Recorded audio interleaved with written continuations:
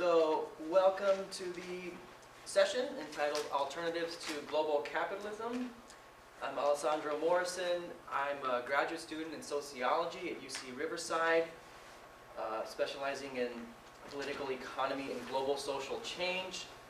Currently, I'm developing empirical research on the relationship between resource extraction, natural resource extraction, and political violence and state repression. Anyways, I'll give a more formal introduction to our speakers in just a moment, but I wanted to kind of try to frame our objectives for today. The purpose of this session is to raise our awareness of various proposals that offer the possibility of actually organizing society in a different manner. Many of us can agree that the circumstances facing humanity are dire.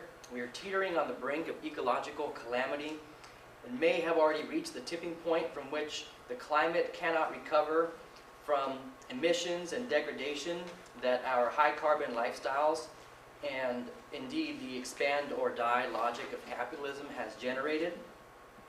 Along these lines, in their book, The Ecological Rift, Capitalism's War on the Earth, Foster, Clark, and York write, quote, "If natural science is now posing such serious questions about the continuation of life as we know it, what is the role of social science?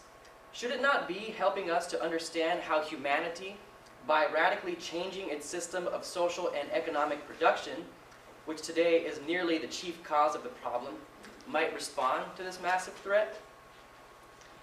In the recent issue of Global Perspectives on Development and Technology, a Canadian academic had some prescient points to offer on the urgent importance of imagination in spurring social change and revolution. So this is what he said here on the importance of imagination for our times. Quote, "The emergence of an anti-utopian age has come at a time when change is needed most. In Western society, the revolutionary impulse has become muted by the multitude of inconsequential choices offered to us. It has become a society simultaneously full and devoid of alternatives." End quote. So where is the alternative to a world of enduring deprivation, new forms of bondage, and rising extremism? Despite advancements in technology and medicine, several million children die every year of preventable diseases. Human trafficking is an ascendant phenomenon, even in the major cities of countries like the US.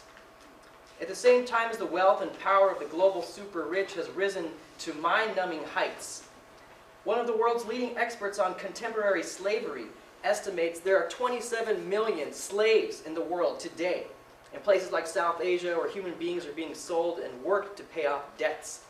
That's Kevin Bales in the book Disposable People, New Slavery in the Global Economy, University of California Press.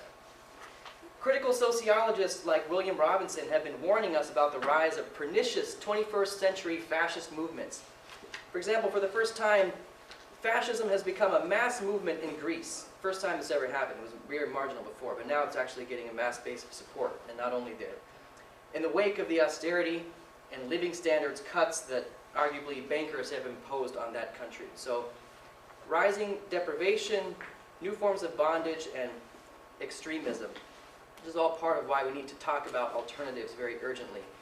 Let's not forget, here in the US, mass incarceration and police murder of people in the ghettos and barrios continues. 2.4 million people in prison, the highest rate of incarceration on earth in this country. Just this past summer, there has been inspiring moments of resistance. Like 30,000 inmates in the California prison system went on their third hunger strike to protest solitary confinement.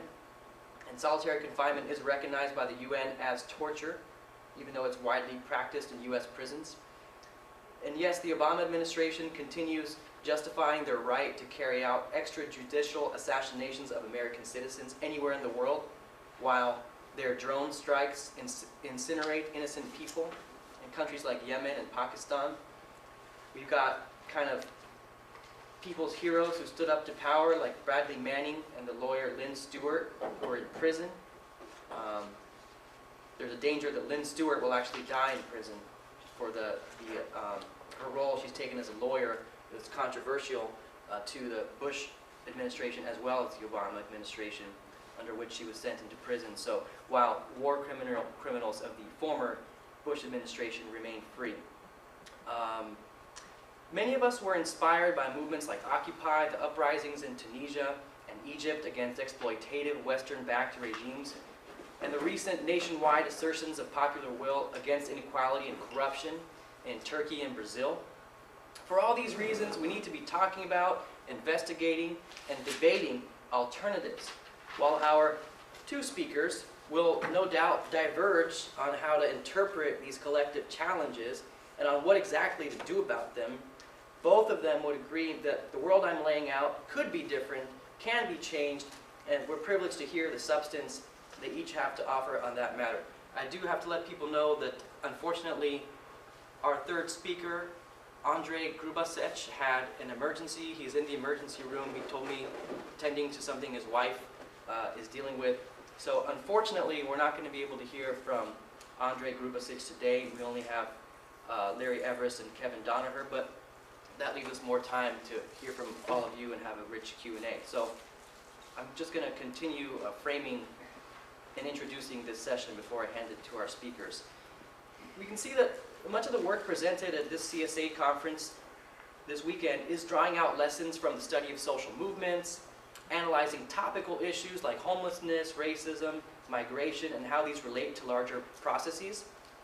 But just as we can and do study socioeconomic trends and social movements in our field of sociology, I believe we can also study insurgent radical paradigms that people are beginning to develop all around us, from within as well as outside of the academy. We can compare and contrast these paradigms, these alternatives, to the understandings of the social world that we have accumulated. We can compare and contrast these programs and proposals for social change to each other. This is part of what we will be doing in this session. Because as more people, especially youth, around the world, just in the past few years, have been studying social change during this very charged moment in history and throwing themselves into politics to act against what they find intolerable, they often become motivated to think more actively about things they perhaps didn't used to pay as much thought to, such as, is this the best of all possible worlds? Can people relate to one another from the interpersonal level to the level of global polity in fundamentally different ways than those we have inherited? I would maintain that the study of alternatives need not be confined to a pastime for committed social critics or political philosophers. Sociologists have tools that can help us sift through these various alternatives. The actors who are both working on theorizing new social formations and aiming to bring these into reality actually have much to teach us as well. By engaging with these two individuals who are each developing and fighting for futures they find compelling and viable, perhaps we can come away with new insights that we might apply to our study of the past, our diagnosis of the present, and our interpretation of ongoing social processes. So, alternatives to global capitalism. I'm going to introduce our speakers. They're each going to lay out their presentations, and then again we'll have plenty of time for question and answer, which I'm looking forward to. Andrei Grubasic, again, he's not here, but people should check out his work. He was going to speak on libertarian socialism. He was going to speak on participatory economics as a possible alternative to global capitalism. Please check out his work online, his book, Don't Mourn, Balkanize, Essays After Yugoslavia. He can't be with us today, but I will introduce Kevin Danaher. He is a co-founder of Global Exchange, founder of Fair Trade USA, executive co-producer of the Green Festivals, which is going on this weekend here in the Bay Area, and he has information about that with him today. Kevin Danaher is founding executive director of Friends of SF Environment. He has a PhD in sociology from UC Santa Cruz, where he did his dissertation on the political economy of U.S. policy towards South Africa. Described by the New York Times as the Paul Revere of globalization's woes, Kevin is author and/or editor of 11 books. And Speaking right after Kevin Danaher will be Larry Everest. Larry writes for Revolution newspaper, the voice of the Revolutionary Communist Party, USA. He's reported from Iran, Iraq, Palestine, and India, and is the author of Oil, Power, and Empire, Iraq, and the U.S. Global Agenda. He's also author of Behind the Poison Cloud, Union Carbide's Bhopal Massacre. In 1991, Everest shot the award-winning video Iraq, War Against the People, and in 2005 testified before the World Tribunal on Iraq in Istanbul, Turkey. So I'll hand it over to Kevin. Thanks, Alessandro.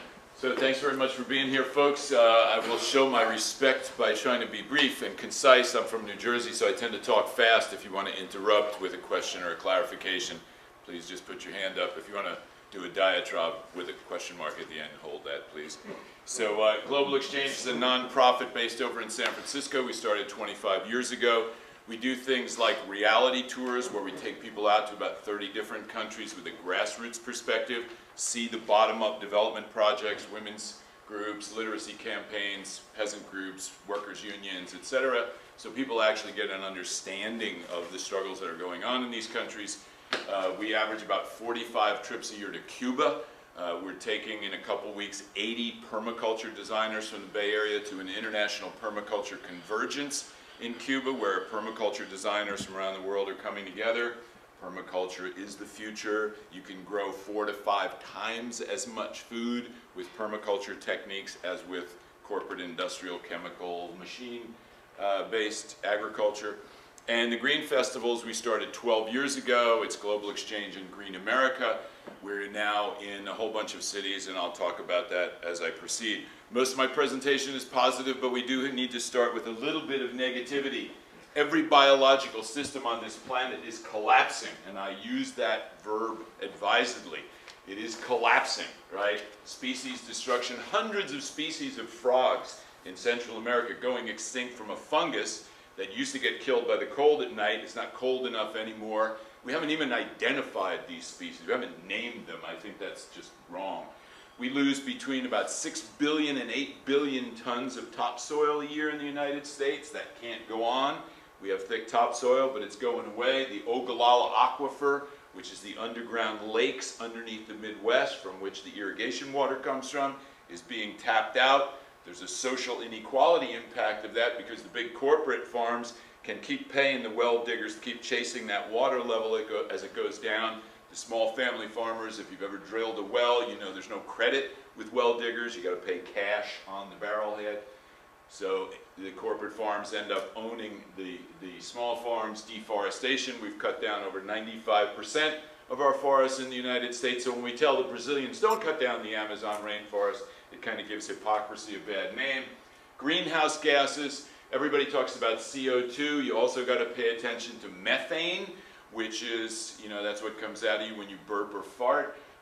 And it's not cow farts, it's cow burps, okay? So cows have gotten a bad reputation for their farting. It's actually more their burping that's the problem. They have 4 stomachs. They keep regurgitating and chewing their cud, and that brings out methane. So if you want to do something for global warming, don't eat meat, okay? Give it up. It's better for you, actually, and it's better for the planet. The impact of meat production is roughly equal to or greater than cars in terms of global climate change. Glaciers melting. There's a guy, James Baylog, if you go on TED.com and you put in glaciers, you get this guy, James Baylog. They made a movie about him called Chasing Ice.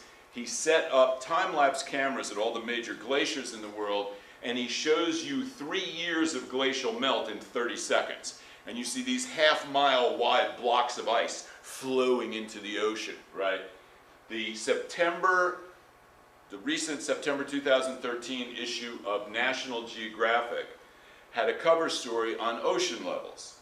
And they show, very scientifically, that if all the ice on the planet melts, it raises ocean levels, wait for it, 200 feet, more than 200 feet. You see the bay out there, right? All of this is going away. What that's going to do is it's going to push policy and investment in a green direction. And actually, I have an idea for this. Eco-levies. Eco-levees would be large mounds of rammed earth with saltwater tolerant plants on the ocean side, bike trails and fruit trees on the top, and terraced urban agriculture on the inland side. In permaculture, we talk about stacking of functions. Everything you do should have multiple functions. So this would protect coastline property. We're talking trillions of dollars of property. Houston's going to go away, which might not be a bad thing. Miami, Boca Raton, Fort Lauderdale. I do fundraising. I've been to those rich communities. Where are the multi-million-dollar mansions? Right on the beach, right? So they'll go first. So maybe there is justice in the world. Actually, if there were justice in the world, Elvis would be alive and all the Elvis impersonators would be dead. But that's something else again. Inequality is increasing internationally. The richest 20% of the world's people control more wealth than the poorest 80%. Here in the United States, it's also growing, and 1% of the richest U.S. families own more stocks, bonds, real estate, the main forms of wealth, than the poorest 90% of families. The richest 1% of families own more wealth than the poorest 90%. And what's happening also, in addition to wealth being sucked up in the class structure, it's also going into what are called the FIRE sectors: finance, insurance, and real estate. And if you think about the way these sectors work, they don't create anything new. Okay? They're speculative. What they're doing is manipulating existing wealth and gambling on the future price of those. That's what the derivatives market is, right? It derives its wealth from something else. This is casino economy where Wall Street is kicking the butt of Main Street. So will money save us? I would offer you evidence of comparing Cuba to the United States. I've been to Cuba a whole bunch of times. I go there every year. I'm going in a couple weeks. I went there the first time in 1979. I have a more detailed critique of Cuba than Rush Limbaugh will ever have, because I've been there and I care about the Cuban people. But they've done some amazing things that we can learn from. Teachers per 100 students, they're better than us. Doctors per 1,000 people, they're better than us. Their life expectancy and their infant mortality rate are roughly equal to ours. A child born in Havana has twice the likelihood of surviving to adulthood as a child born in Washington, D.C. So maybe socialism and maybe a command economy. We're always taught, oh, command economy is bad. Command economy is great. If you want to vaccinate all the children, when the Soviet Union collapsed, no more petrochemicals, they had to go organic in their agriculture, boom, they can do it because people are well educated, right? So what did Cuba do? They experienced peak oil in 1989, 1990, collapse of the Soviet Union, cut off in the Soviet petrochemicals and petroleum. In 2006, they declared it the year of the energy revolution. They did a calculation where they realized that they could save so much electricity with new energy efficient appliances that they said to the entire population, if you bring in your fans, refrigerators, TV, all these electrical appliances, toasters, whatever, we'll give you new ones. And the nation saved money. They cut their energy use by 50%. So here they are with the same infant mortality and lifespan using 1/8 the amount of petroleum per capita that we use. We're the hogs of the planet, obviously. And you know, guilt and shame are condiments, okay? Just a little bit, not too much, or it paralyzes you. I know some rich kids who are like, oh, I come from a rich family. Hey, adopt me, you know? So we have to change the story. We got to stop this oh, the system sucks. Really? Capitalism sucks? Wow, I didn't, you know, come on. We got bookshelves full of critique, minutia, critique. How many bad imperialists can dance on the head of a pin? We need to start shifting our energy in the direction of build the next system. Do we critique the Titanic or build the next boat? So imagine the Titanic, corporate imperialism, it's crashing, right? The system is its own critique right now. It's destroying the environment, causing mass rebellion, and whether that's Tea Party or Occupy, left or right, that populism is growing around the world. And there's all these alternatives. I get to travel, luckily, with Global Exchange. I've been in dozens of countries.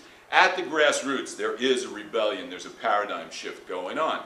So the Titanic is sinking, and our choice is either run around the decks with protest signs, this boat sucks, or build the next boat, a solar-powered, wind-powered boat, party on deck, scantily clad people with drinks in their hand, dancing to cool music, and people will jump willingly from the Titanic to that new boat. which is why we do the Green Festival. We started the Green Festival 12 years ago. We're now in a bunch of cities. It's the strictest, you know, people say, oh, it's green capitalism. You know, it's easy to throw names around. It's easy to put a label on something so you can ignore it and not critique it, not participate in it.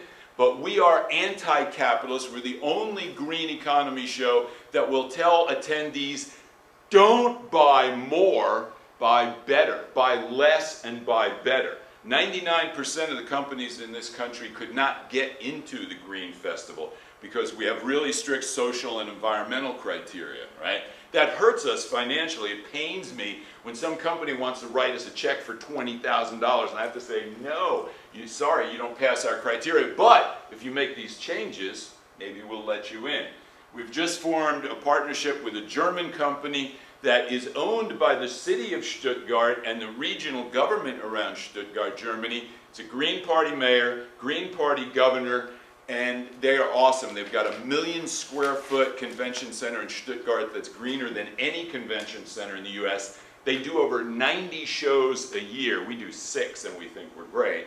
They do over 90. What I'm trying to do now is build on the record of the Green Festival to create a a real estate model that would be Green Mart Eco Mall on the ground floor. This is at 16th and Mission in San Francisco. This is a 36,000 square foot lot owned by the school district. And what we're looking at is school district property and city government property. The grand jury of San Francisco a couple weeks ago issued a dope slap report to the city government of San Francisco saying, you got all this property that's owned by the city and you're not doing anything with it, it's vacant. The school district has 10 properties that are vacant. So the idea is food court at this end with a 5,000 square foot pocket park, a 5,000 square foot urban agriculture up on the top of the first floor, and super green, affordable teacher housing. And I'm working with developers and architects and engineers that have done this 4 times before, and the way it works financially is the school district brings in free land, $1 a year land lease. You take that saving and you pass it through to the teachers in the form of cheap rent.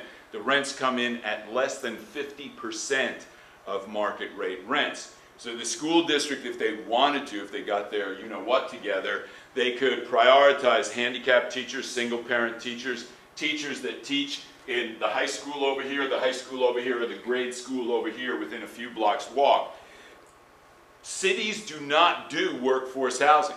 We have cops, firefighters, EMTs, bus drivers, teachers who can't afford to live in the city they work in. That's just idiotic, okay? At the same time, they're sitting on empty land. So we're trying to put together a real estate model that will say, look, we'll create a green economy center that will train the people in all these green, nature-friendly skills, and will provide affordable housing for your city workers.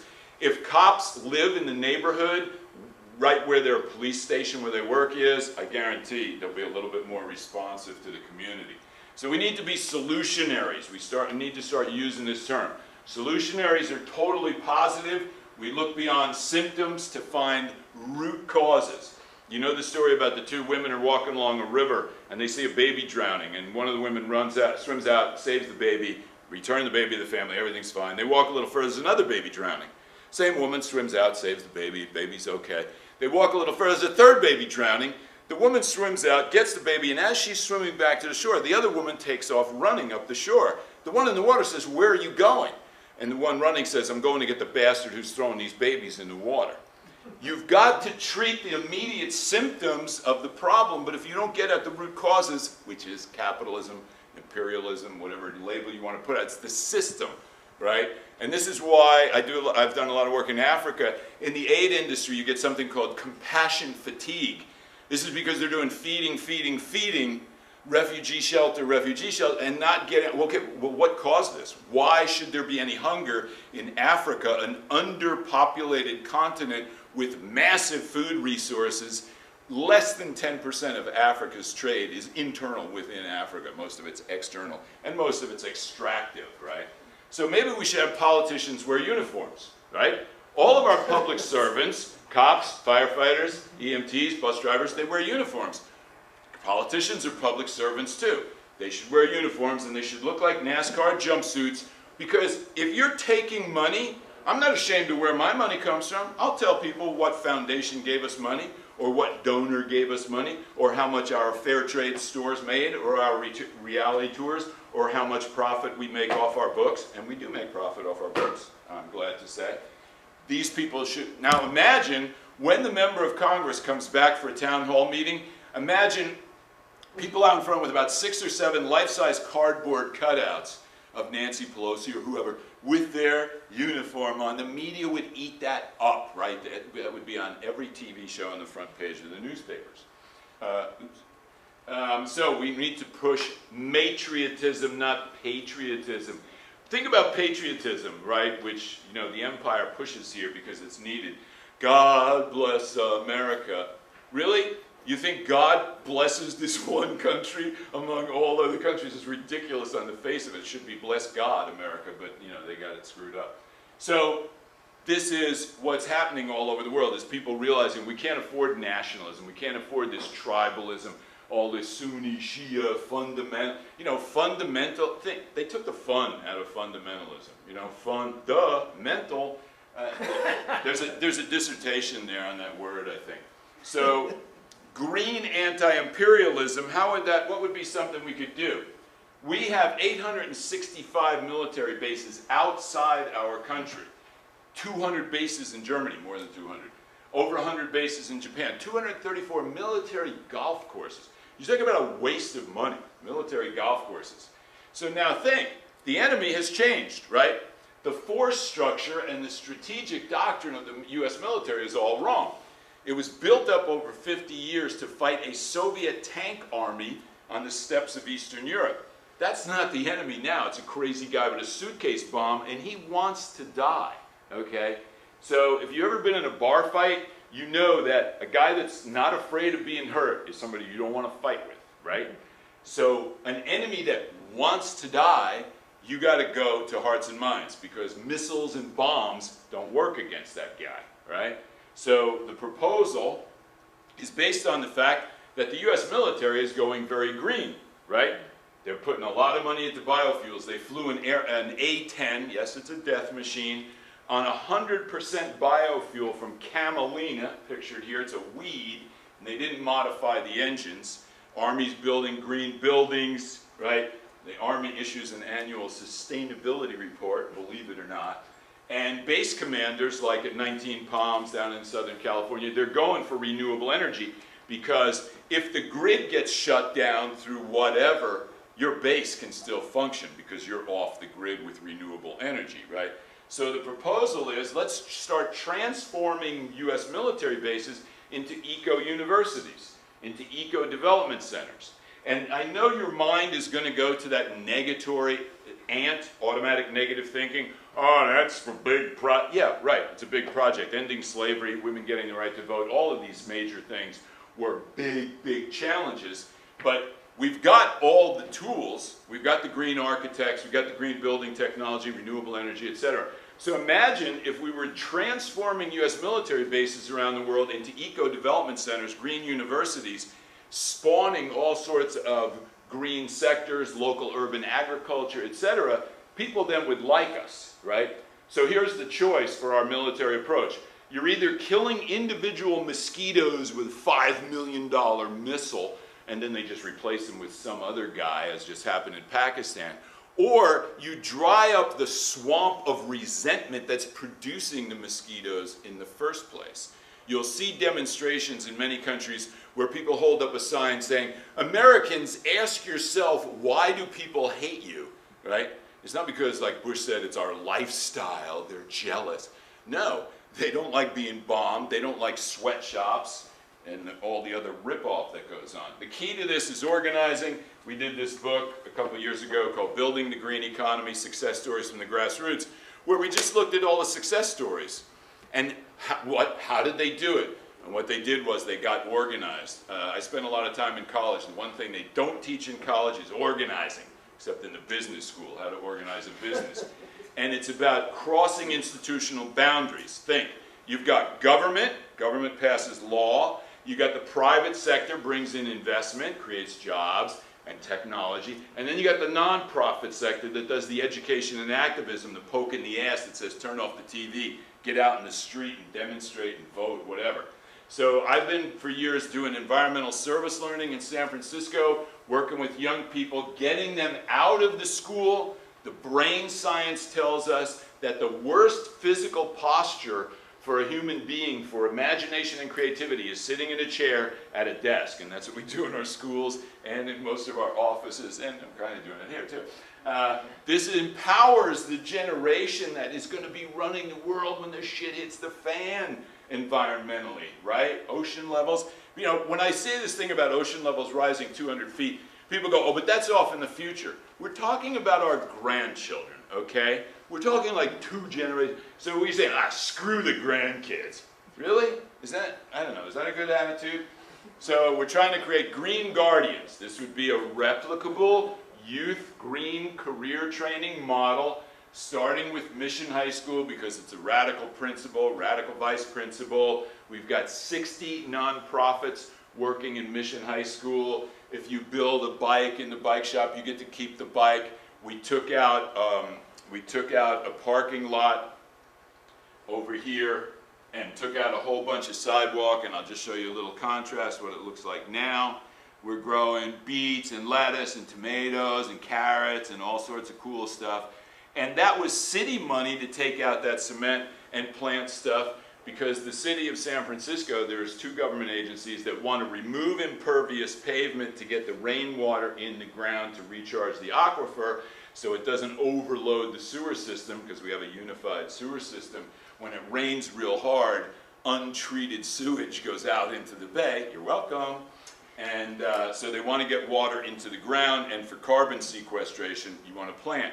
And a very interesting thing happens. These kids, when you get them out digging in the dirt, some of them don't know how to use a shovel, so you're talking about remedial education to the max here, but they start learning that it's good for you to put your hands in soil. It strengthens your immune system, and they like it better. If you give them the choice, should we go outside today or be in the class, they're all going to say, let's go outside. 90-some%, right?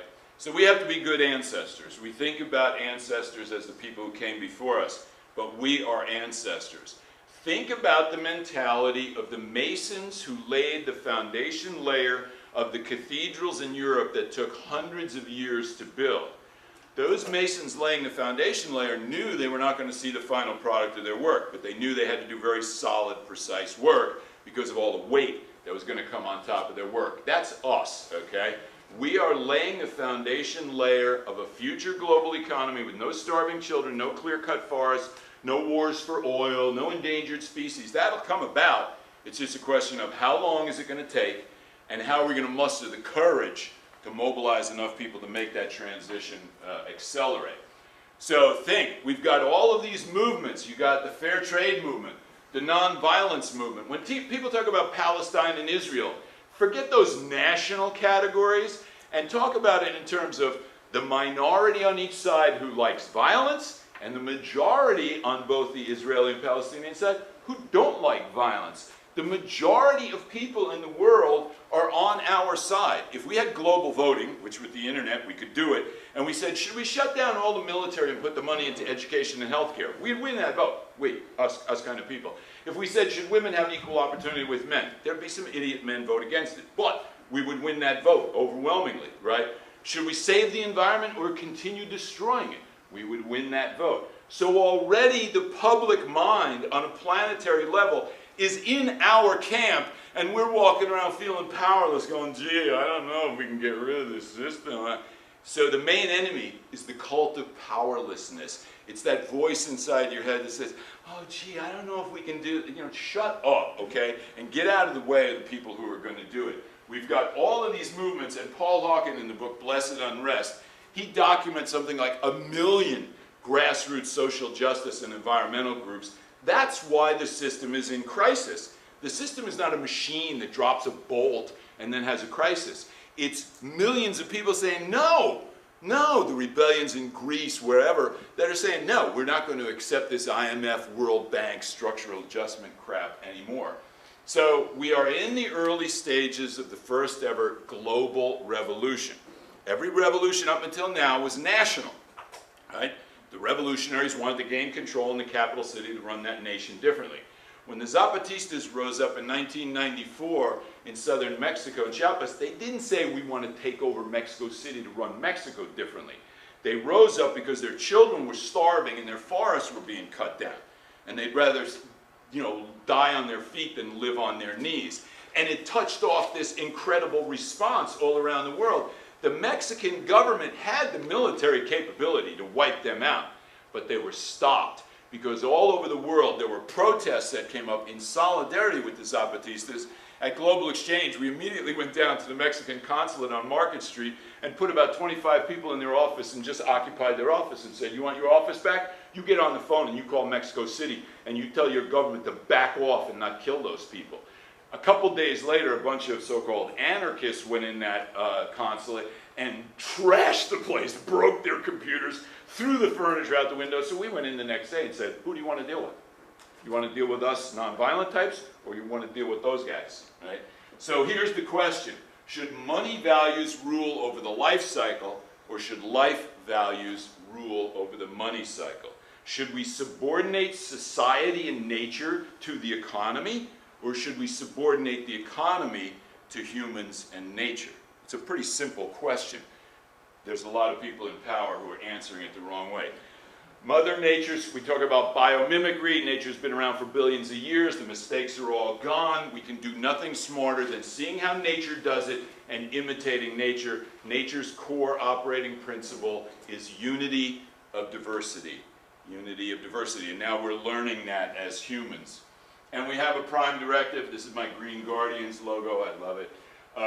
From William McDonough, the Green Architect. How do we love all the children of all species for all time? You remember in Star Trek, the prime directive was don't interfere. You're going to go to these other planets, see different beings, don't interfere. Okay? So our prime directive is how do we love all the children of all species for all time?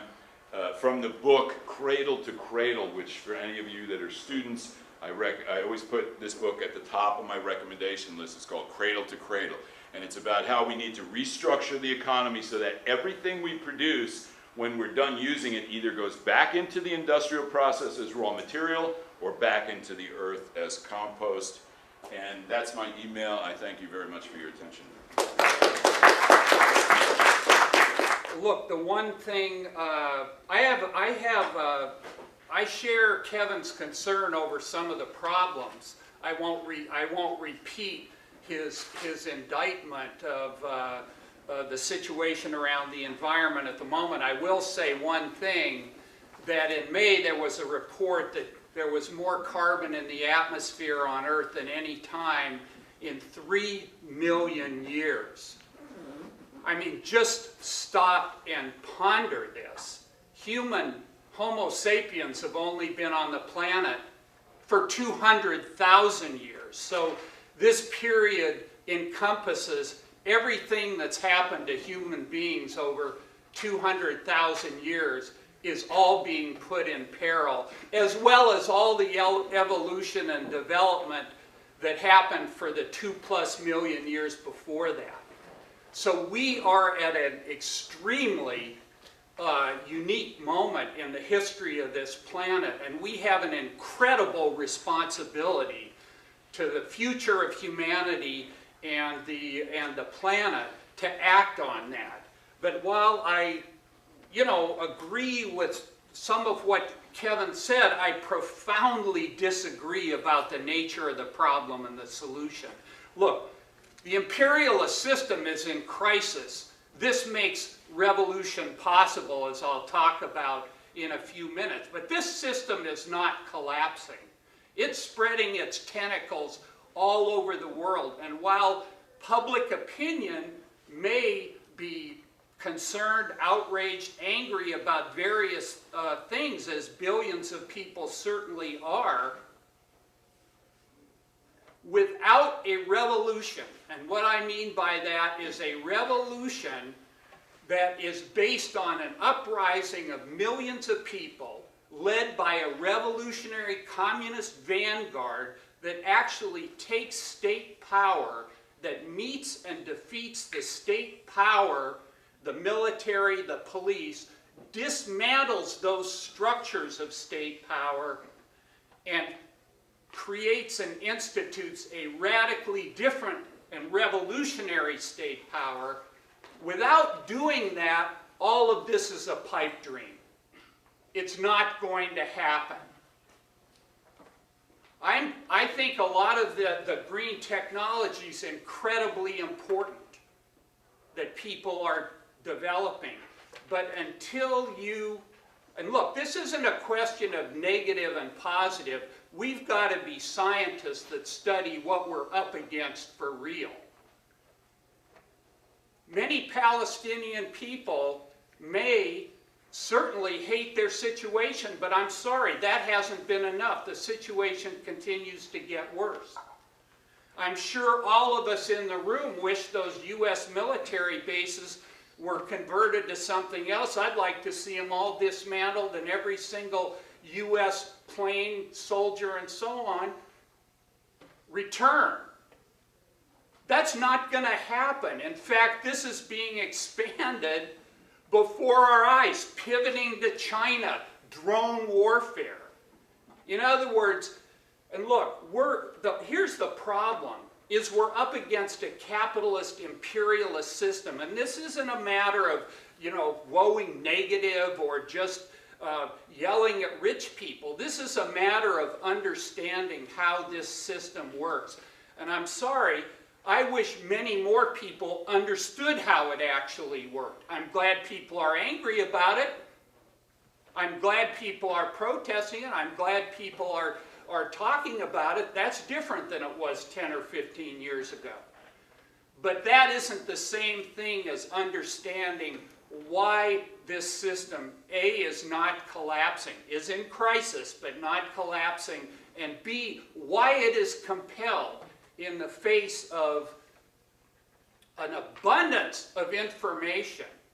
There have been reports on the destruction of the environment for 25 years, and yet the levels of greenhouse gases keep rising and rising and rising.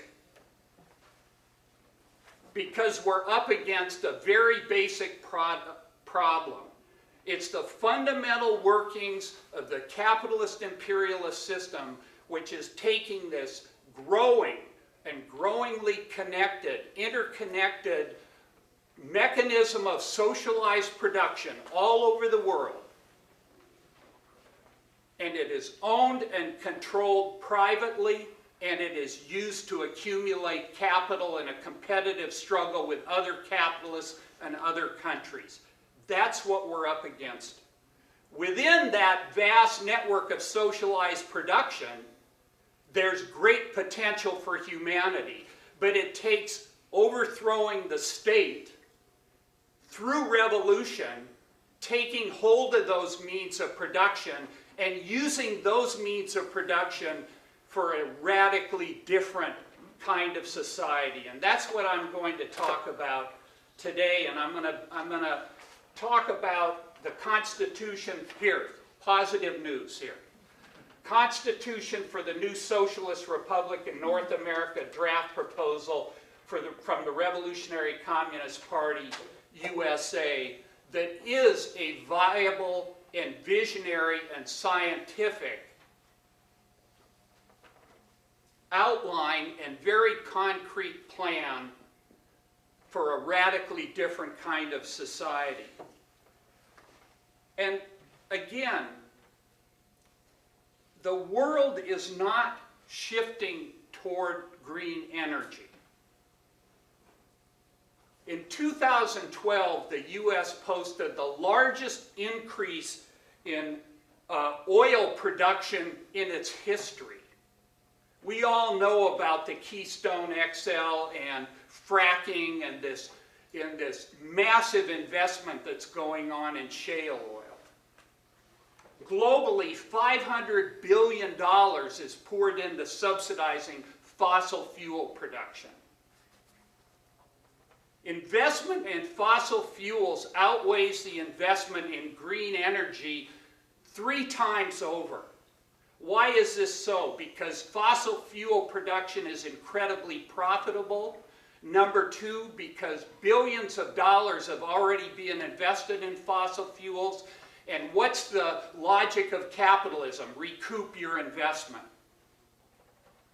Even if green energy could be done in a way that was more profitable than fossil fuels and so on, there's still the issue of the very structure that we're up against now and how deeply, quote-unquote, invested the dominant structures are in fossil fuels. That's why we need a revolution, and we need a society that is not based on profit and command, that is not based on the private control of wealth and the means of production, and that is not based on competitive capitalist accumulation as the driving forces of an economy. And I just think it's very important to confront this reality, because there is hope, there is potential, but we have to be ruthlessly scientific about what we're really up against and what the problem really is, the depths of it, and what the solutions are. Because unfortunately, revolutionary communism, real revolutionary communism, is not nearly the pole in the world that it needs to be. And you know, I'm a supporter of the Revolutionary Communist Party and Bob Avakian's new synthesis of revolution and communism, which I'll mention briefly here today, but we need to make that a pole globally, which is an actual alternative to the horrors that Kevin is talking about and the horrors that I am talking about. So again, revolution isn't changing a lot of things. It's not changing the rules of capitalism as they're currently constructed, as I just read Naomi Klein this morning putting it.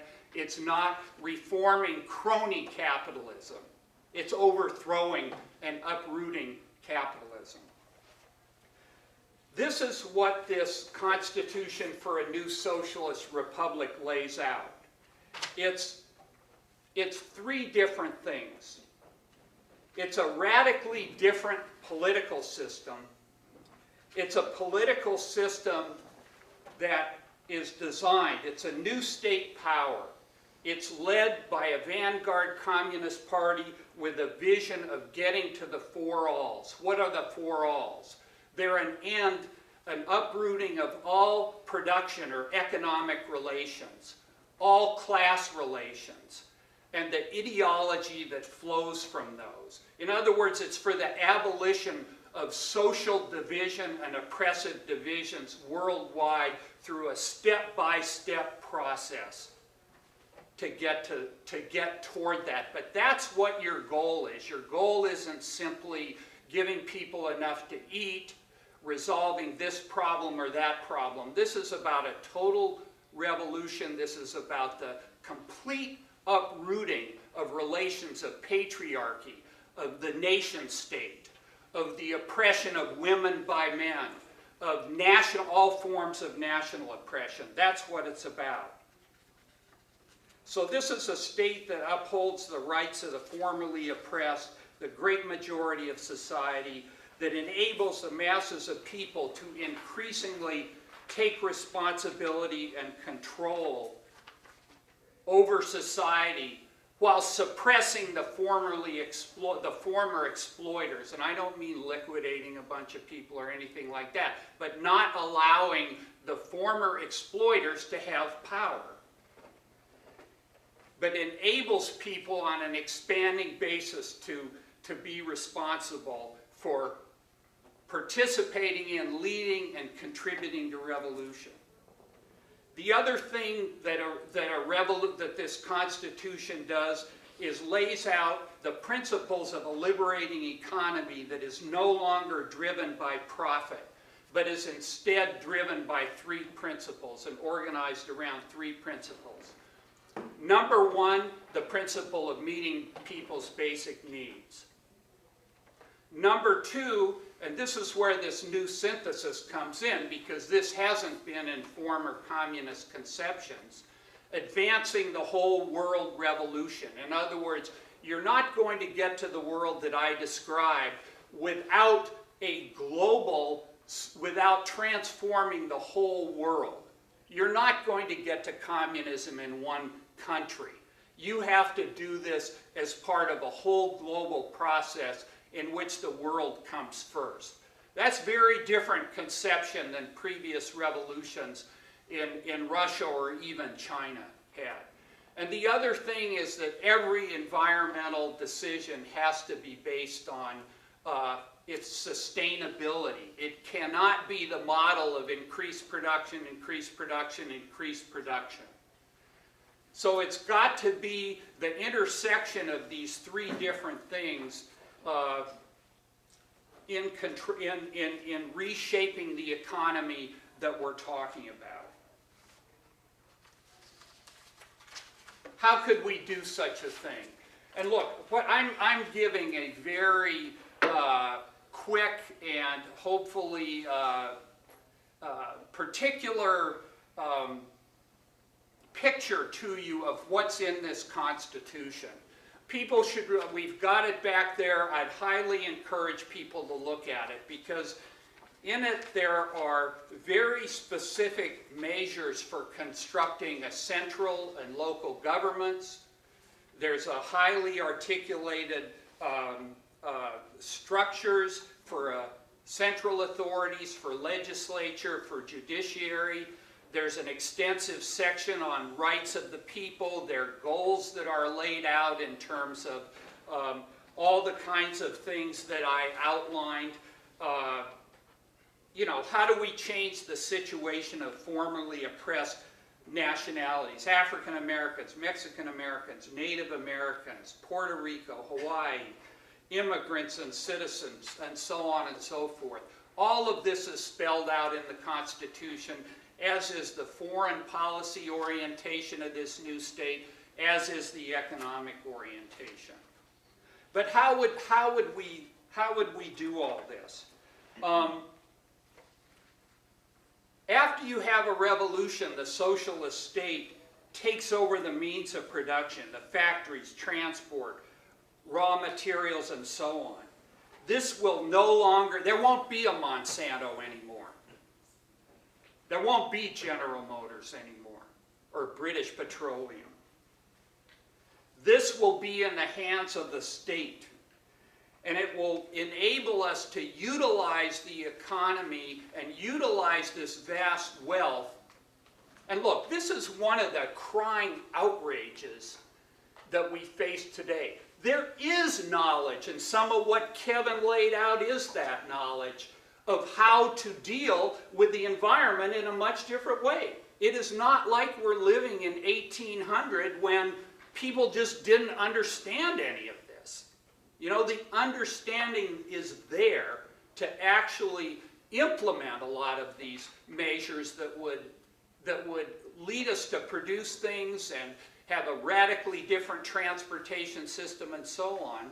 But it's crippled because all knowledge is ultimately subordinate to capital and the needs and demands of capital in this society. So even if something's a better idea, even if however many people vote for it or don't vote for it, it's not going to be implemented if it doesn't meet the needs and requirements of global capitalism. So you take state power, you take over the economy, you implement these economic principles. But all of this has to be done in a dialectical, if you will, relationship to transforming social relations. You can't have a situation where some people are very highly educated, have been to university and so on, where many, many, many millions, even billions of people can barely read. You can't have a situation where women are systematically held down and suppressed. You can't have a stop and frisk society where if you're a young African American male or female, you're a suspect as soon as you walk out your door. You've got to unleash that energy and that creativity and that human potential by transforming those social relations. And in relation to that, you have to transform the politics and the thinking of people by being more involved in politics, by more knowledgeable about what it's going to take to emancipate humanity, by creating new structures where that kind of thing can happen. So all of this is in close relationship to the economic transformations I'm talking about, because one of the key principles of this socialist state is relying on the masses of people and their energy and creativity, knowledge. This is the most precious resource we have in carrying out these transformations and in radically reconfiguring this kind of society. You have to have centralized control to coordinate this. I was in New Orleans in 2010 after the Gulf oil disaster. We formed an emergency committee against this. You know, there was a huge need for resources nationally to be diverted. Now, we're not going to have offshore oil drilling under socialism, but putting that question aside, when there are natural disasters, when particular areas are more underdeveloped than other areas, you need to be able to bring national resources to bear so we aren't imprisoned in this vastly unequal distribution of wealth that happens even among geographic areas in the U.S. I mean, there are places in Louisiana that look like 1880 as you're driving through the rural areas. At the same time, you have to have local experimentation and combating excessive bureaucracy in ways that hold people back from being involved in this. There has to be a radical restructuring of the urban development, the nature of our cities, the nature of our transit system and transportation systems, to move away from and no longer be dependent on fossil fuels and these long-distance production chains where food is being flown from Mexico on airplanes using jet fuel to, you know, end up at, maybe I shouldn't say Andronicos, but wherever, you know, in the market here, rather than growing locally. And how do you widely, Kevin ended his slideshow with the call for a new ethos of loving the planet and other people, okay? We need that kind of an ethos, desperately. But we're not going to get there in a system where people are forced by the very nature of the system to compete with each other, to see each other as adversaries. If I don't get this job, I'm going to starve. Therefore, I'm going to, you know, so on. Not to mention the putrid, reactionary, and revolting culture that people are brainwashed by in this society. So again, we need revolution to transform the thinking of people. I was just reading today, there was a tweet from some guy at, I think at ESPN, about some football game, and you know, there are two African Americans and a gorilla, and it says, which one looks different or something. Some racist shit, you know? This is the mentality, not of everybody, not of millions and millions of people, but this is the kind of culture we're living in, and don't get me started on pornography and misogyny. So these are the kinds of things that we need to and can do. I would very much recommend that people take a look at this special issue of Revolution. We have it back there, that lays out in a much more comprehensive and nuanced way than I'm doing here very briefly, why capitalism, even green capitalism, cannot solve the environmental crisis, why socialism can, and what the principles for socialist sustainable development are, including implementing. If you just think about it, it's so important to proceed internationally, because one of the things that some of the scientists have done that's very positive is try to create ways where top predators in these various eco-habitats can not be blocked by highways or railways or whatever from having access to the area in which the activities of these top predators can actually help preserve the environment. But guess what? Homeland Security will not let that happen on the Mexican border. So we have to take an international approach. Obviously, the atmosphere and the oceans aren't the property of or constrained within one country. We have to consciously plan and regulate growth, protect and preserve a variety of ecosystems to prevent environmental collapse and ensure the health of the planet for future generations, transform the structure of industrial production, agriculture, and transport, a different kind of city and social fabric, struggle against consumerism, valuing the planet, and becoming caretakers of the planet. And all of this is not sort of a utopian dream. This is based on Bob Avakian's new synthesis of revolution and communism. And by that I mean a study over decades of the actual revolutions that have taken place. What happened in Russia? What happened in China? Why were those revolutions defeated? Why did they accomplish tremendous things? And one task that is important as part of all of this is upholding the real achievements of those societies. Mao's China was the greatest uplifting out of poverty in human history, 500 million people. And when socialism was defeated in China after Mao's death in 1976, it was one of the greatest environmental disasters in history. Look at China now, if you can see the hand in front of your face, that is, for all the smoke. And of course, where is a lot of the Chinese production going to? It's going to the United States and Europe and other imperial metropoles. A catastrophic for the environment, the overthrow of socialism.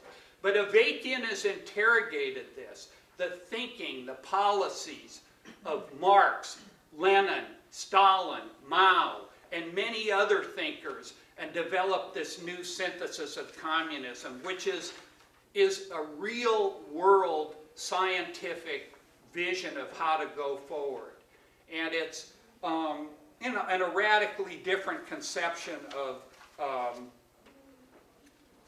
what a socialist state would be like, that's much more fluid, much more flexible. He talks about this as how do you handle the relationship at the same time you're meeting people's basic needs, but how do you do that without suppressing intellectual inquiry, artistic creativity, dissent, ferment, argumentation within the society? You've got to do both of those things. How do you raise people's living standards and so on here, but do it in an environmentally sustainable way? How do you protect a revolution in one country and advance that revolution even as you're supporting the world struggle for revolution first and foremost? These are very difficult things to do if we're for real, and Avakian's new synthesis has charted a way forward. And this is what this new constitution is based on. And I just want to wrap up with this. Revolution is really, really urgently needed. We're in a situation now that is pregnant with enormous danger. This shutdown of the government, and I'd encourage people to get a Revolution newspaper. There's a bunch of literature back there. The videos and the books cost money. The newspapers you can take. This is a move by a fascist wing of the ruling class here. This isn't just some squabble over red state voters and the Tea Party. I mean, this is way deeper and more serious than that, but at the same time, it points to the profound difficulties, contradictions, and yes, crisis that's facing this ruling class. So there is the potential in the workings of this system for revolution, but it is not going to happen unless people are working on it now. And this is where I disagree with Kevin on this, that we're not going to build up structures within this society. I'm for fighting injustice and fighting against the Keystone XL and fighting the degradation of the environment and informing people about the environmental destruction that's going on. But we have to be working toward revolution. And one of the things I would very much recommend people do is get into the strategy for revolutions that's outlined in the book Basics. Or you can get all this online at revcom.us.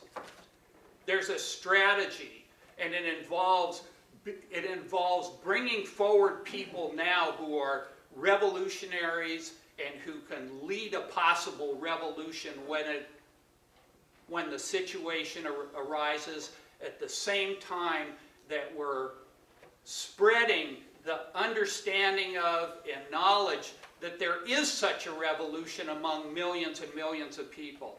And look, this is very, very urgent, because think about Egypt. The problem in Egypt wasn't that people didn't hate Mubarak or weren't willing to courageously go out in the street and risk their lives. The problem was they didn't have revolutionary leadership. Really, think about it. So what happened? They knocked Mubarak aside, then they got Morsi, another reactionary. They got fed up with him, and now what? A military coup. With thousands of people dying on each side for what? To put the Mubarak regime back in power? And I just have to say, I'm very critical of the EZLN for refusing on principle. And look, I'm not arguing the EZLN could have easily made a revolution in Mexico. But seizing power in Mexico on a revolutionary basis would be a tremendous accomplishment.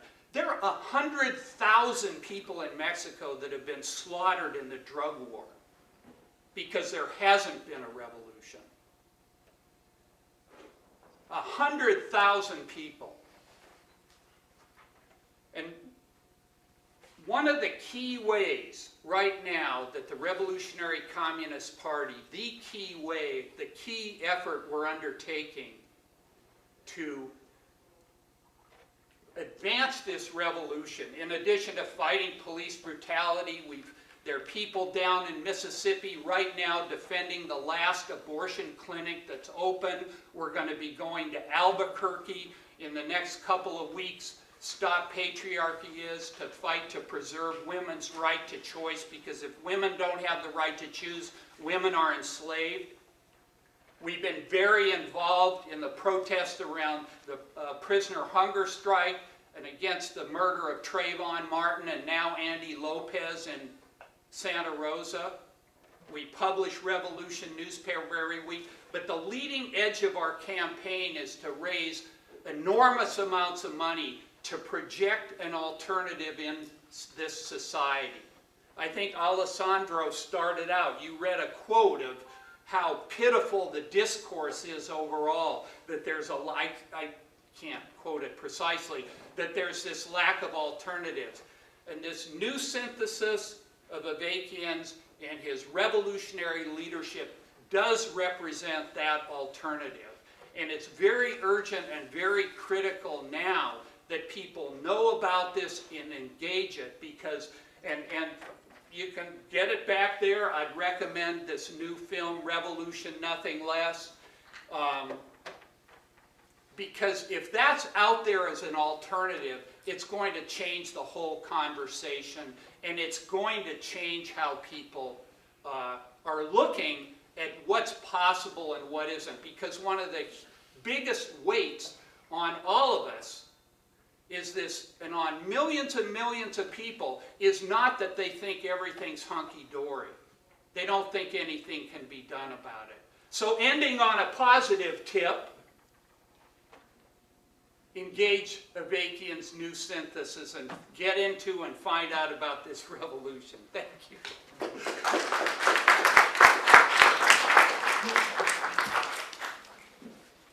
So, if I could ask Professor Chase Dunn of Sociology at UC-Riverside to briefly maybe comment on each talk, be a discussant maybe for us, frame some of the issues for us, pose a couple of questions, and we've got a good half an hour for a question and answer as well, which I want to get to as soon as we can. Are you willing to do that?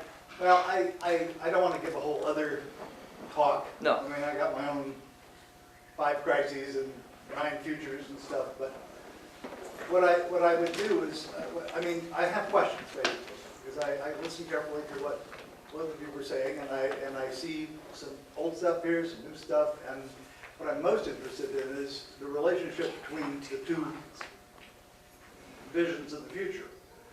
And are these really as contradictory as you, at least Larry seems to believe?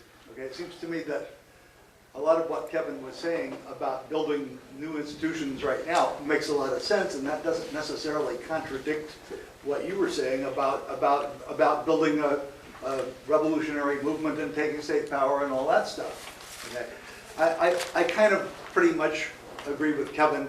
With Larry, I'm listening because I'm hearing new things. Okay, I know the history of revolutionary thought and so on. I haven't read Avakian's latest take on this, but the big problems I see are kind of questions for you. Okay, so maybe if I read these books, they'll be answered, but maybe you can answer a couple. Ask away, yeah. Well, one is, you know, we have potential revolutionary situation in the United States, as you seem to think.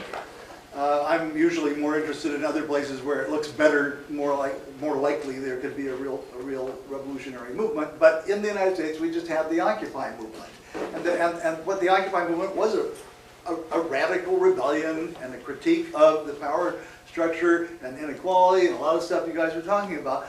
But it's also pretty much a bunch of anarchists who think that the history of the Soviet Union and China proves that that whole thing that you were talking about can't work and didn't work and so on. So the details are kind of very important there, right? It's like what went wrong and why was it, but also the vision of the future, which I was listening closely to you. Apparently there is in this draft constitution, there's a notion about political structure and how democracy would work in the post-revolutionary state. And there's a notion about how property is organized and how the economy is organized. It's that second part about property and the economy I'm not quite clear upon. You made it clear the state is going to nationalize the property. You know, you're talking about the U.S. state, or a nation state, right? You're not talking about planning on a global scale. You're talking about planning within a national society, right? But exactly what is going on there is all property held by the state? How is that controlled? What happens to decision-making? You said centralized decision-making, but what does that mean? In a complex economy, you really can't centralize everything. So what do you centralize? What do you not centralize? And how are decisions about investment made? Who makes them? Are there markets at all? Are you getting rid of all markets? What are you doing? Okay, because there's different visions of socialism and communism that are competing with one another, at least maybe not in the great masses, but among a lot of people. And so I'm interested in the details of what that vision is. Okay, I agree with you about what you said about collapse and crisis. Okay, I think we're in a big crisis, but it's not really a collapse. We could move forward into a collapse. That could happen. Okay, that's one possible future, is the whole thing could come down. And then that would be a weird situation, something that none of us want, but it would be also a potentially revolutionary situation, so it's worth thinking that through. But anyway, I agree with what you said about that we're in a crisis, but it's not really a collapse. A collapse could happen, but it hasn't happened yet. So I'm going to shut up and let you guys respond to that. Questions from the audience? Should we take questions from the audience? Be good to take a bunch of questions. Take a bunch of questions. Maybe that's, yeah, let's make sure. Can we stay past 2:45 if we need to? I mean, I'm fascinated by what he's just said, so I want to. There's another session coming in we're about gonna 15 minutes after. Okay. Yeah, we're going to have to take in the hall. Yes, sir. So Yeah, I let me- have a I've question. gotta write this down. I'm not gonna- Go ahead. I have a question, but first, just a couple comments. I remember back, well, just Lynn Savio, Mario Savio's wife, was in a meeting, and she said, what good were the 60s? We got Bush now. That was when Bush was president.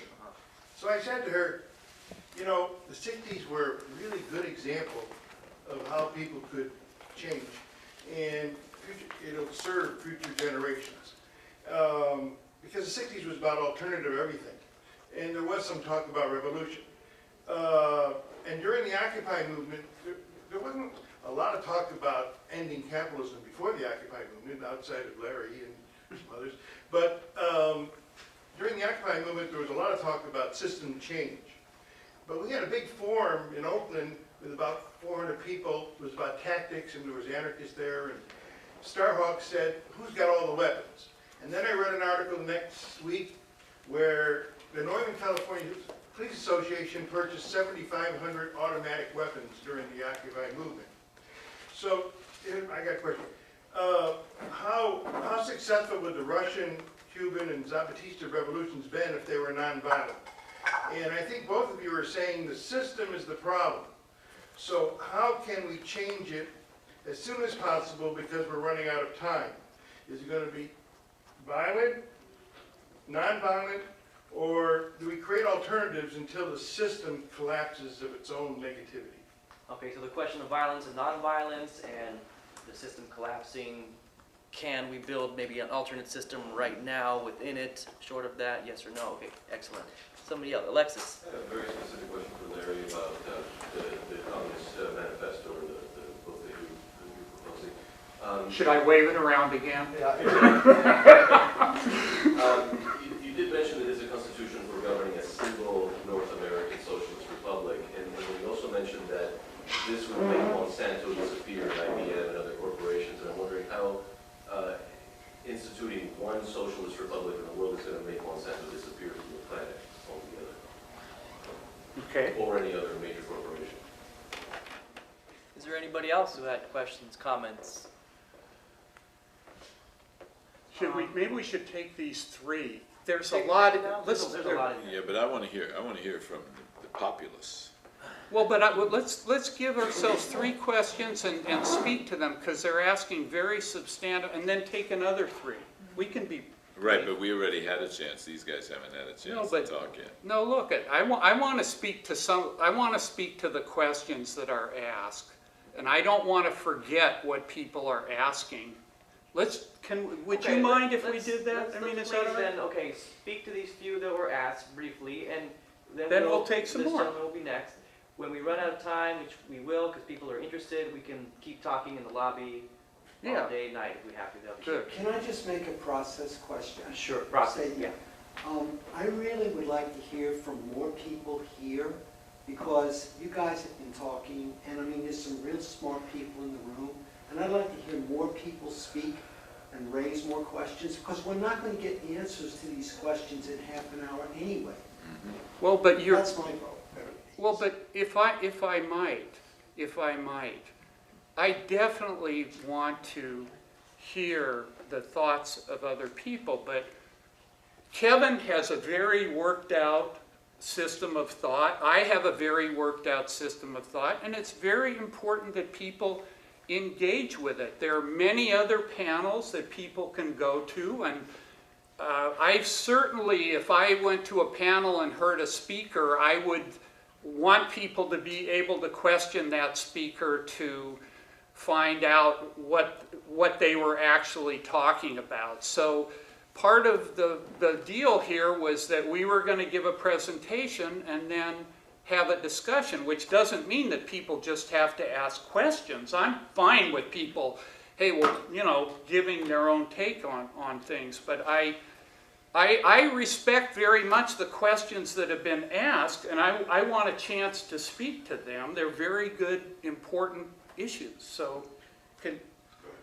you know, and I assume Kevin has plenty to say, and I'll give up my time to this guy right here. Okay. I appreciate that, and I would like to speak to you sometime about going to Cuba. That would be great. Growing up and going through like different ideological, political inner struggles and stuff, and coming to a point where I am now, kind of what you were saying, like I see like the combination, because I think a lot of the things sustainability and future development are going off what you're saying, but then I think they rest on the back of stuff that you're saying. The problem I have, you know, coming from like a Marxist-Leninist type of thought, is what type of things does your party do to like end like that like sectarian battle that a lot of leftists have, you know, or a lot of progressives have, and that stops progress from happening, because we always tend to have like, oh, I have the right way and you don't have the right way. And it's because I mean, even like things in the vanguard, yeah, I do subscribe to that, but then you have multiple vanguards constantly jockeying for power. I just think like, what does the RCP do to address that type of issue? so Is it okay if we let Larry speak yeah, to that? I'd like to, and Kevin, yeah, let me speak to that. Continue. First of all, one very important way is having discussions like this, and I'm glad Kevin's here, and to have principled political discussion. We need a lot more of that, you know, the kind of questions, because the point is, let's get at what's true. If we're not getting at what's true, I mean, look, you're not going to cure cancer unless you actually understand, you know, what it is and how to do that. So I'm just going to be really brief with everybody because we have limited time. Number two, I just wanted to say very quickly, in terms of the question you, Alexis, I think, are in the back, you guys asked about the property issue. Look, this is called a new socialist republic in North America, not because we understand the configuration of any possible revolution, but just as a general understanding that revolutions historically have taken place country by country. And so the most likely potential of a revolution would be more or less in this territory. Point one. Point two is in terms of no more Monsantos. These, you know, you've got a point in that global capital is global, but it is rooted in territories. That's why they need the imperialist army to enforce those relations. So I can't say if we see state power, if we took over the facilities, assets, banking system, and property of Monsanto, that there wouldn't be something else starting, sort of General Motors or whatever it would be, that it wouldn't be starting someplace else. But basically, you'd have torn the heart out of a lot of it. In terms of what you were asking on that same question, I would just say we're talking about big capital here. There's a whole program of transition for smaller kinds of businesses where you're gradually integrating these things. It's a particular problem in farming because there are a lot of farmers that, hey, they know what they're doing, you know, and it's not about clumsily doing things that are going to prevent people from eating and so on. And I think that would apply to markets as well. You probably may have some transitional things. Again, all of these aren't just sort of having state power and then issuing a bunch of fiats. They're having state power and leading a process where the key driving factor is the masses of people. And there is a lot to learn from China and the land reform in this. You know, I mean, they did, you know, that was a whole 25-year process that they went through there that started with convincing peasants that this is what that they should do and giving them means to do it. The other thing, just on the collapse thing, a collapse would more, if there's not a revolutionary alternative, the most likely scenario is fascism, if there's this kind of a collapse. And why is it? What is the NRA really? It's so a bunch of white people have semi-automatics and are ready for a fascist move or what they would call a race war or whatever. I mean, you want to get to what that's about, that's it. In terms of the, and look, I think that there's a complicated interaction between, one of the things the Constitution talks about is redressing grievances and trying to take measures that lessen the divide and heal the wounds of imperialism. Now, that doesn't create socialism in Mexico or Brazil or Africa, but it's trying to, it's envisioning a process. And then finally, I just want to, you know, in terms of the alternatives, is there, you know, are we not for any alternatives within the existing society? Are we just saying, let's bide our time? No, we're building a movement for revolution, and a big part of that movement, a big principle is fight the power, transform the people for revolution. I would very much like it, and we have these people's neighborhood patrols that watch the police, not with any, you know, instruments or what have you, but just be legal observers, essentially. I would love to see a situation where a whole alternative developed in East Oakland where the police didn't have the freedom to go. You know, probably there could be parallels in the ecological and environmental thing, but I would want to make very, very clear that those are not detached from the goal of actually having a revolution, because right now they largely are.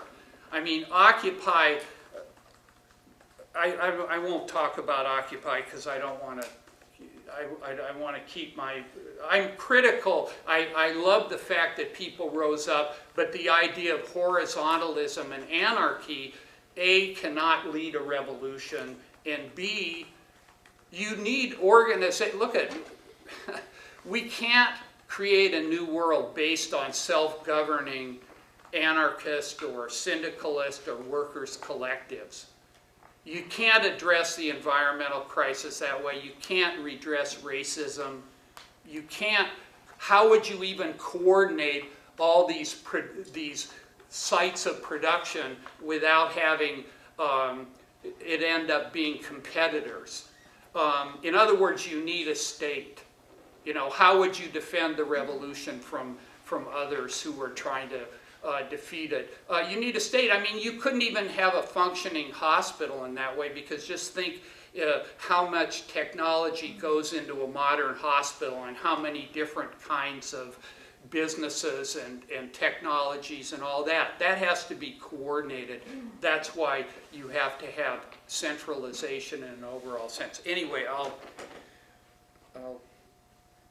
Yes, ma'am. I have, we talked a little earlier about this, and I have no background in anarchism, but I have read quite a bit about David Graeber, who was instituted at least participating in the New York Occupy. And I just wondered if there was anyone here that could speak to anarchism as an ism and not as what has been out there in the past, of a radical group that just runs through streets. I come from an elderly background, so that was what we thought anarchists were in my generation. So I was just thinking, I'm interested and curious about some of the value in anarchism. Once again, it's very unfortunate that Andrei Lubasic was not here to kind of offer that perspective to us today due to illness. Are there people in the audience who feel like they can respond to what you raise in terms of maybe articulating a bit more of an anarchist perspective? And or are there people in the audience who have more questions? Yes? I have a question, or kind of a comment. If you talk about you have a party or a group together, why aren't you guys trying to show the effectiveness through small government of cities, then over time into bigger cities and counties and states, and expanding slowly? And when I hear revolution, I think more in terms of a military struggle. It's going to be violent, most likely. Or in order to have people in the streets, people have to be economically secure in the first place to have the time to be in the streets, and that's currently not the situation. So what is the real plan of action? You talk about, to me it's something that you want to be quick or within before the time you're dead. What actions do you plan to take to make it happen? And informing people and having people aware of it is definitely the right direction to go with it. But you're trying to change the whole game. So more on the strategy for revolution, hugely important. Yeah, yes. Could I just say something to support the initial statement you made? If you look at the Kyoto Accords around reducing impact on the climate, under the Clinton administration, Clinton and Gore wanted to sign on, the Republicans in Congress blocked it, so the United States never signed on to the Kyoto Accords. There's about 900 cities in all 50 US states that have signed on to the Kyoto Accords or some equivalent to reduce their impact on the climate. And what they're finding in San Francisco and Berkeley and Oakland and Seattle and St. Paul and a whole bunch of other cities is that the changes that they make to reduce their impact on climate change save them money. Because when you waste less fuel, waste less paper, waste less electricity, waste less water, etc., you're having a positive impact on the planet, but you're also saving money. So there's a fiscal impact that's very positive. And the point of it is local is where you can have impact and change things. If you look at, for example, in San Francisco, we passed a Healthy Children, Healthy Products law back in 2004 that mandated phthalates, it's lead-based plastic, out of children's toys because it's a cancer causer. A few years later, the state of California took that San Francisco legislation and made it state level. A few years later, the federal government mimicked it and made it a national law. So at the local level, we can actually have impact. I lived in Washington for 5 years and lobbied Congress and stuff like that. Good luck, good luck. If you're not rich and can't write a big fat campaign check, you're not getting access. So it's at the local level that we really need to focus our efforts. Can I respond to that? Sure, you can So it follow. starts at the local level and you build to the masses, and eventually once you have people running for Congress after they die out, and essentially then you can have tax-free form, so people are actually paying their dues in a more equitable state, because I feel like that's what we're upset about is our destruction of the planet and the inequality economically, the classes, has been talked about multiple times. Okay, well, So wouldn't it be more of a, I wouldn't want to say revolution, but a change in thought process over time?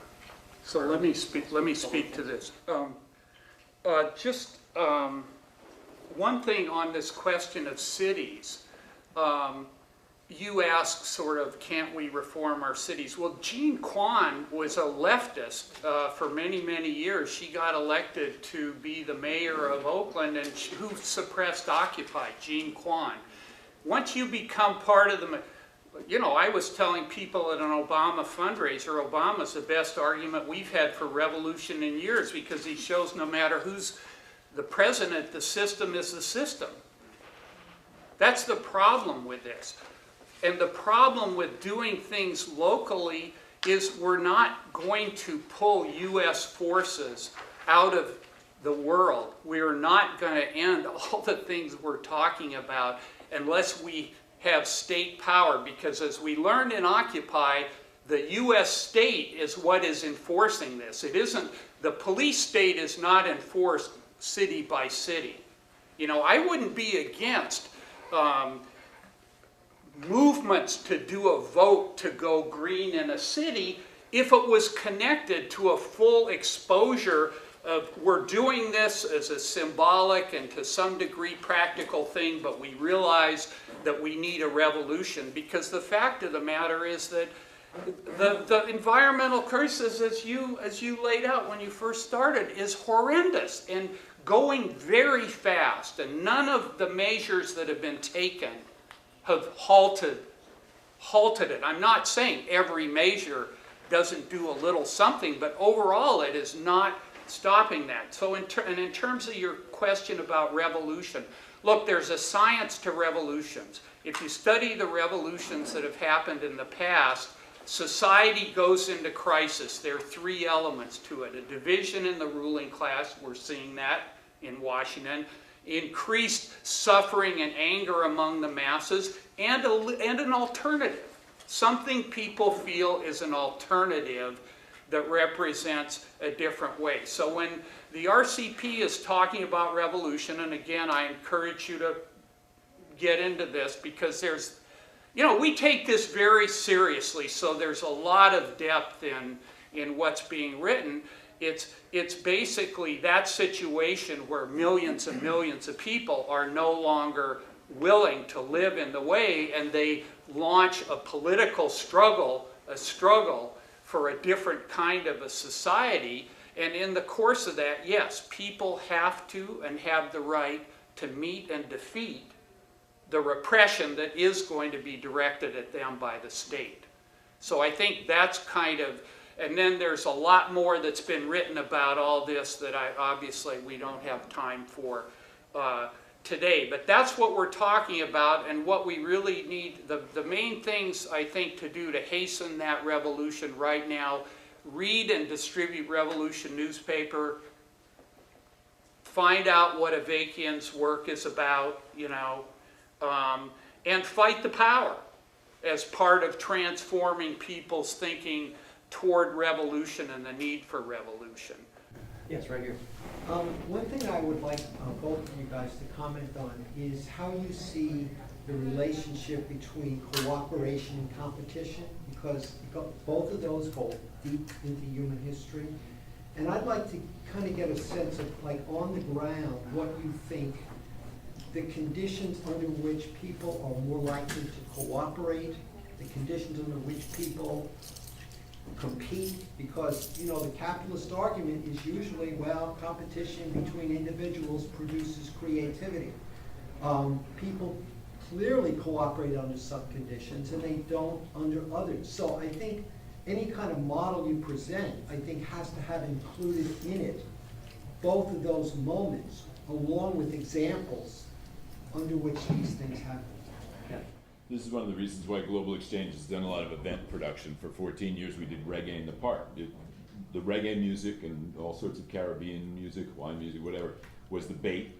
And it would bring people out. And then in between the music acts, when they're changing the equipment, we get up and say, hey, if you want to go to Jamaica, we have a reality tour of Jamaica. You want to go to Cuba, you can learn about it. Here's what's going on in Cuba right now. Here's what's going on in Jamaica right now. The Green Festival, if you come to the Green Festival this weekend, you will see between 30 and 40,000 people enjoying themselves, learning, getting radicalized, seeing alternative business models that are triple bottom line instead of single bottom line. And it's tangible, and they're enjoying themselves. If people don't enjoy themselves, if it's not fun, if I can't dance, I don't want to be part of your revolution. As Emma Goldman said, you got to, you know, you catch more flies with honey than with vinegar. So ask yourself this: if two of us go into any inner city neighborhood and one of us has the best critique of capitalism ever, and the other is offering good green jobs at reasonable pay with benefits, who's going to build a movement? Who's going to recruit people? We have to meet people's real needs. Us intellectuals like all this debate and language and books, and I'm into books. I do these books, and my books are, you know, there's like about 15 authors in this book, right? And there's like 27 or 28 in this one because unity of diversity is nature's way of doing things. So we have a lot of voices on the left. We have anarchists, we have Marxist-Leninists, we have softer socialists, whatever. It's in the dialogue and the discussion and the coming together, the cooperation, competition, this whole thing of like the individual, it's bullshit. It's based on the physical fact that our sensory apparatus is contained inside a bag of skin. So I sense myself as separate from other forms of life. And there's a simple way to test this stupidity. Take a glass of water, spit into it, and then go to drink it, and you'll go, ugh. That's the same spit you're swallowing 24 hours a day. When you have a sore throat, you realize how many times you swallow, you're swallowing at night.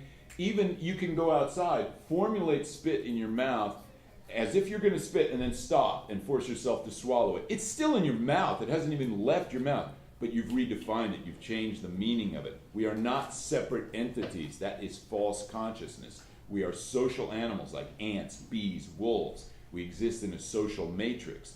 So we need to reach out and be compassionate toward other people, and that's how you build a movement. I don't think you build a movement by screaming at people. I think you build a movement by meeting their needs and being welcoming, right? It's why a lot of communities now are doing food, because food is a great political tool, because what's good for you, eating organic, local, in season, is good for the planet and good for the community. So we're seeing this movement take place. It's just kind of under the radar of the corporate media. Okay, Larry, if you want to wrap it up, 2 minutes with cooperation versus competition, theory of human nature. Well, I think feeling good's overrated. I think people have to confront reality. And the big problem of this society is that people aren't willing to go out of their comfort zone. I'm sorry, green capitalism is capitalism, and it exists within the parameters of capitalism, and it isn't going to provide meaningful, it's not a strategy that's going to resolve anything we're doing. Anything that's going on. And rather than feeling that people are over theoretical, I think that real revolutionary theory has to be much, much more available and accessible to many millions of people, because it's a profoundly liberating and very, very necessary thing. As Lenin said, no revolutionary theory, no revolution, and people are constantly dumbed down, and revolution is suppressed and so on and so forth in this culture. So, revolutionary theory, yeah, broken down in ways people can understand and get into, very important. I recommend Avakian's film. I think part of and I think our goal isn't unity. I think our goal is rising to, look, we have a huge responsibility in this country. This country is the single greatest enemy of humanity that exists on the planet, and we have a responsibility. We live in the belly of the beast. We have a responsibility to make revolution so these children in Pakistan aren't being blown to bits every other day. We have that responsibility, and we have the responsibility to confront what it's going to take to do, not feel good and be happy. I'm happy doing what I'm doing. Don't get me wrong. It's, being an emancipator, fighting for human emancipation, there's no greater joy or calling than doing that. But let's be for real about it, and for real about what it's going to take to do that. And in that context, I think that this point about cooperation, one of the most moving things to me, this is part of the fight to power, transform the people. Let's face it, there's a gulf between African Americans and Latinos in many communities. But in the process of fighting against police murder, one of the most moving things to me is Cephas Johnson, who's the uncle of Oscar Grant, who was murdered, an African-American man, embracing Andy Lopez's parents in Santa Rosa and making common cause with them and understanding, and bridging the gulf between of misunderstanding and not knowing that well the different communities. So I think that's definitely something that we can do. And I think that having the argument And the discourse is another thing that's very critical. In other words, let's really get at what it is that we agree with and we disagree with, and keep it political, not personal, and have a lot more arguments like we're and you know, discussions and what have you, like we're having today. So I do want to thank Kevin and Alessandro, Christopher, and everybody that made this possible. I wish we had one of these every week, you know. Okay, So I want to thank our speakers so very much, and thank all of you. Stay in touch with our speakers. We got to go. Thank you.